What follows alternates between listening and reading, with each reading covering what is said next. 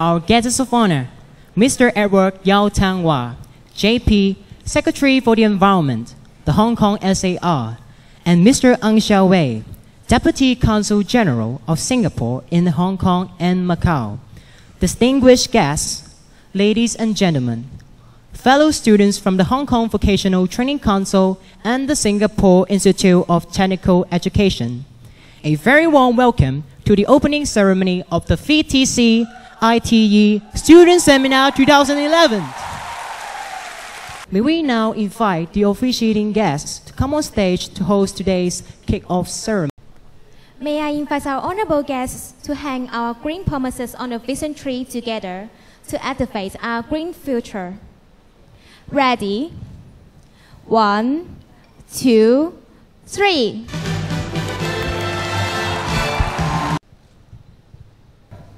We are honored to have with us today Mr. Edward Yao Tang Hua, JP, Secretary for the Environment, the Hong Kong SAR, to enlighten us with his wealth of experience. May we now invite our guests of honor, Mr. Edward Yao. Mr. Yao, please.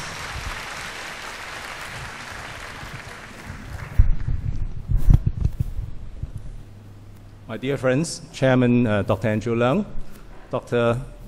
Kerry Willis, Counsel General Mr. Ang, and welcome Chairman Bob Tang, Bruce Poh, and all the students from Singapore's ITE. Good morning. Good. Before I start my little conversation with you, may I apologize to the organizing committee for not adhering to their dressing code. But I have a reason, because, well, this is the reception welcoming our Singaporean friends, and I understand that in Singapore you can go to see the president with just a prime minister with just a certain tie. So why not Hong Kong, right? And as we dress down, we are in fact contributing to our environment, because, well, then we don't need so low temperature air conditioned indoor facility like this. And in the last couple of years, we have been driving a dressing down campaign in Hong Kong, and I think Singapore is in fact our model. So thank you for your idea, and perhaps next time we can feel a bit more relaxed, right?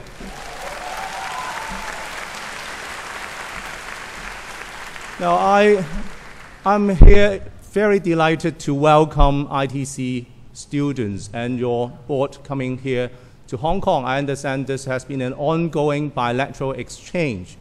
And I believe, well, the VTC students are equally excited here to meet with friends. I'm particularly impressed with your title, Green Vision and Green Action, because today, when we talk about having a better environment, it's not by just paying lip service, but we have to act it away in a concerted manner so that we can make the change.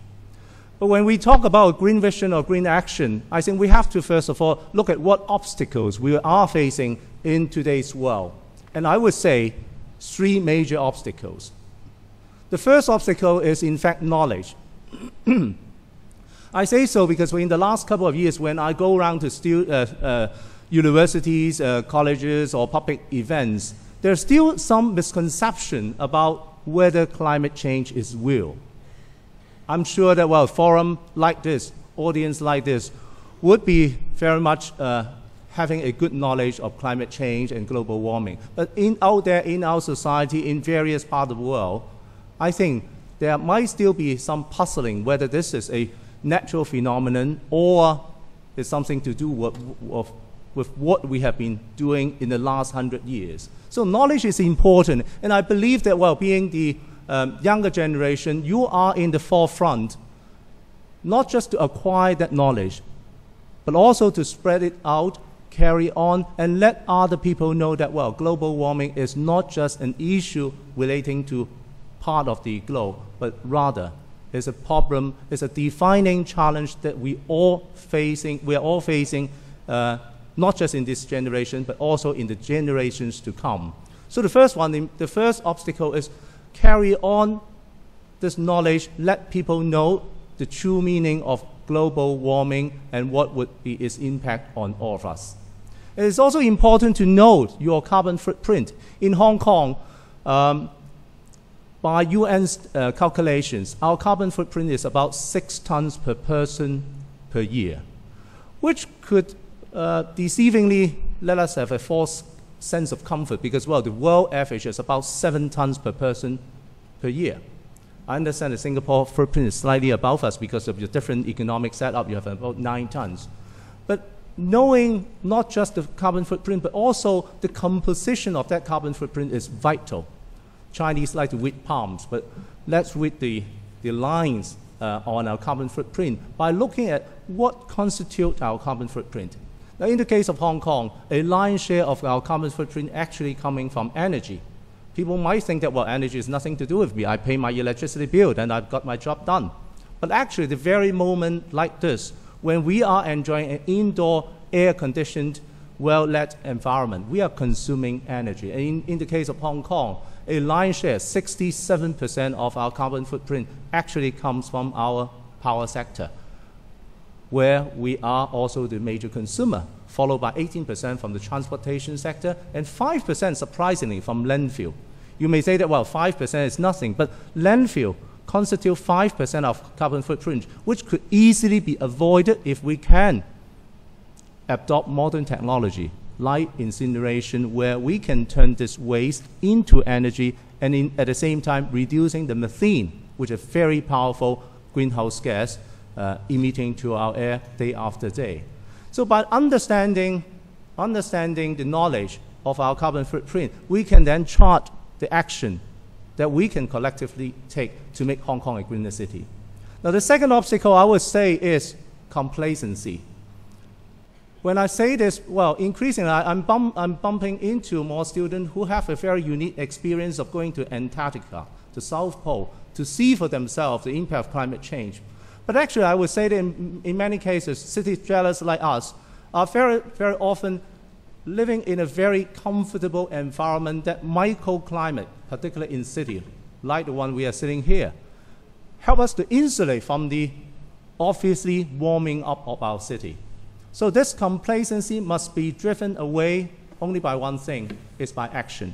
It's by adopting a greener life that we can change demand and therefore could be able to change the supply side of, for instance, our energy supply. So the film that I've just shown you are, in fact, numerous ways that we can all sort of lead a much greener life by changing slightly, sometimes only slightly, the way we live, the way we dress, the way we enjoy our life. But we must take action today to drive away this complacency, particularly in places like Hong Kong, Singapore, because around the world, cities only occupy a tiny 2% of the land in this world. But together, we're emitting over 60 to 70% of carbon emission around the world. So there's a disproportionate imbalance where city dwellers are in fact contributing in a very disproportionate manner to our global warming. So start from you, start from cities where we have been enjoying a high rate of economic development, a high level of comfort, but we are also part of this solution. And in fact, Hong Kong, over the last couple of years, have been working very vigorously, joining other cities in this global campaign. For instance, we are now a member of the steering committee of the C40 conference, which is a major driving force in coming up with intercity strategies in tackling climate change. Now, last but not the least, this might be an obstacle slightly more distant from you, but very soon when you completed your study, be it in VTC or ITC, when you move to the commercial world, when you get your job, there is still a common misconception that going green could be costly, without knowing that these days green is gold, and in fact green is better than gold because, well, a lot of environmental policies, strategy, programs, solutions are actually bringing savings to both individual, household, enterprises levels. So in fact, there's tremendous opportunity for us to tap on the green movement by engaging in greener technology, by engaging in a green company policy, and also by engaging in a green national or city policies. In Hong Kong, end of last year, we have completed our consultation proposing a quite aggressive target of setting Hong Kong's carbon reduction target. And together with that, we have rolled out actions, both on the demand and supply side, hopefully to bring the society to the next level. And in this process, I would say that there will also open up a tremendous opportunity for our society in terms of green employment. And no wonder I was told by Carrie that, well, environmental studies is now a very popular subject for young people, which suits your passion and also fits in with what the society wants, is talent and expertise in driving green. So in a way, in order to counter these three obstacles I mentioned, to narrow the knowledge gap, you're in the forefront. To avoid that complacency, you have to act together. And also, you are in a pioneer position to drive this green movement with a view to bringing savings, bringing greater efficiency to our society. Now, I understand that today you have over 300 people, mostly students, and your board coming from Singapore to Hong Kong. So it's almost a full load of an airplane, right? Do you know how much carbon footprint you have incurred? So what should we do about it? Should we avoid coming to Hong Kong, or should we disallow our students going to visit your place? Now, I had a practice of doing carbon offsetting for all the trips I made in the last couple of years. But that's not the only way. I think the best way, in addition to doing carbon offsetting, is to make this trip really worth the while. Make it enjoyable. Make it a fulfilling task that can accomplish the theme of green vision and green action, and make it a memorable trip that you will all enjoy and remember, and also make it a trip that would unite Hong Kong and Singapore's young people in this common vision of building our cities into a much greener one. Thank you.